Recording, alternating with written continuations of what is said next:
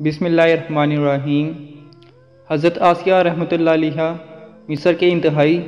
ظالم و جابر بادشاہ فرعون کی بیوی تھی۔ بادشاہ وقت کی بیوی ہونے کے سبب آپ کے پاس مال و دولت کی کثرت تھی، لیکن اس کے باوجود آپ غرور و تکبر کا شکار نہیں تھی، بلکہ آپ کا دل غریبوں کی محبت سے سرشار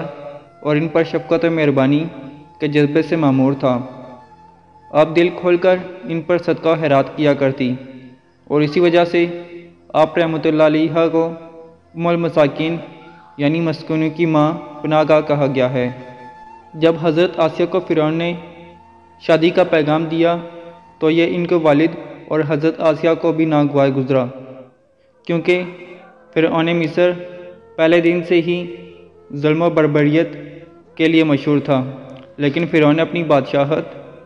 کے زور پر جبراً حضرت آسیہ سے شادی کر لی اور دھمکی دی کہ اگر یہ شادی نہیں کریں گی تو آپ کے والدین کو قتل کر دیا جائے گا۔ شادی ہونے کے بعد بھی اللہ پاک نے حضرت آسیہ کو فرعون سے محفوظ رکھا اور وہ ان پر قادر نہ ہو سکا۔ اس بارے میں مفسرین لکھتے ہیں کہ شادی کے پہلے ہی رات جب فرعون حضرت آسیہ سے ہم بستری کے لیے کمرے میں گیا تو اللہ نے اس پر نیند کا ایسا غلبہ ڈالا کہ وہ ساری رات سویا رہا۔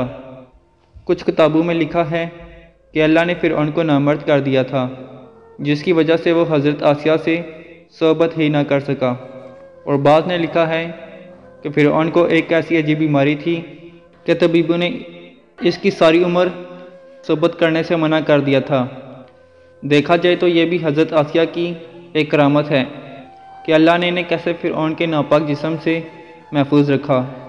بعض روایات میں فرعون کی ایک بیٹی کا ذکر بھی ملتا ہے،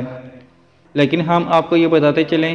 کہ وہ لڑکی انہوں نے کسی سے لے کر پالی تھی۔